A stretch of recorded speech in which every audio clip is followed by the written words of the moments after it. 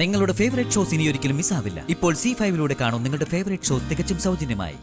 ഈ കാലയളവിനുള്ളിൽ ജീവിതത്തിൽ നിന്ന് കുറേ കാര്യങ്ങൾ ബോധപൂർവമായും അല്ലാതെയും മറന്നു കളഞ്ഞിട്ടുണ്ട്.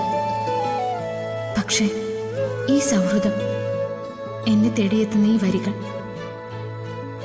അതൊന്നും മരണം വരെ എനിക്ക് മറക്കാനാവില്ല, ഒരിക്കലും. ജീവിതം വല്ലാതെ ഉലച്ചു കളഞ്ഞു.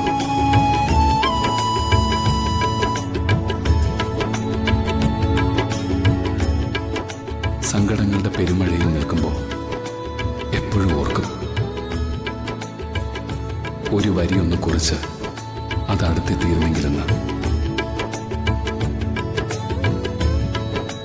കാരണം തൻ്റെ വരികൾ തരുന്ന ആത്മവിശ്വാസം ഈ ലോകത്ത് മറ്റൊന്നിനും എനിക്ക് തരാൻ പറ്റില്ല. ഞാൻ എഴുതിക്കൊണ്ടേയിരിക്കും. എന്നെങ്കിലും ഒരിക്കൽ ഏതെങ്കിലും വഴിയിൽ ഇത് കയ്യിലെത്തുമെന്ന പ്രതീക്ഷയിൽ.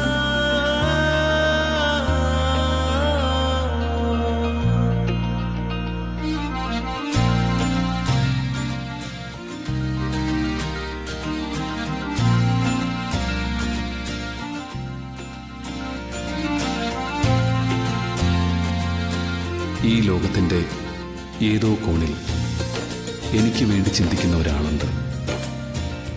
വരികൾ തേടുന്ന ഒരു പേപ്പറുണ്ട്. മഷി ഉണങ്ങാത്ത ഒരു പേനയുമുണ്ട്. വല്ലാത്തൊരു പ്രതീക്ഷയാണത്. പിന്നെ വേറൊരു വിശേഷമുണ്ട്. പെണ്ണുങ്ങള് കുശുമ്പ് പറയുന്ന പോലെയാണെന്ന് തോന്നരുത്. കത്തുകളിലൂടെ ഞാൻ വായിച്ചറിഞ്ഞ നിങ്ങളുണ്ടല്ലോ, ആ നിങ്ങളോട് എനിക്ക് ബഹുമാനം കൂടിക്കൂടി വരാൻ ഒരു പ്രത്യേക കാരണമുണ്ട്.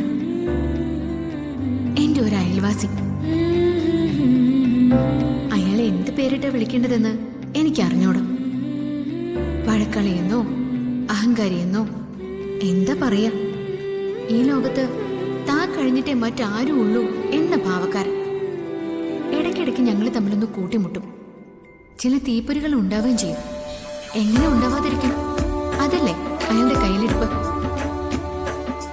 ജീവിതത്തിലേക്ക് അനാവശ്യമായി വലിഞ്ഞു കയറി വന്ന ഒരുത്തി.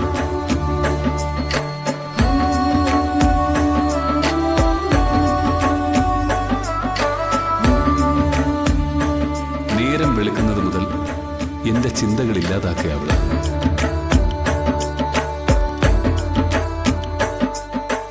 ഒരഹങ്കാരി. കഷ്ടകാലത്തിന് ഒരു എഗ്രിമെന്റ് എഴുതി ആ അഹങ്കാരത്തിന് 11 മാസം തലയിൽ വെച്ച് കെട്ടി.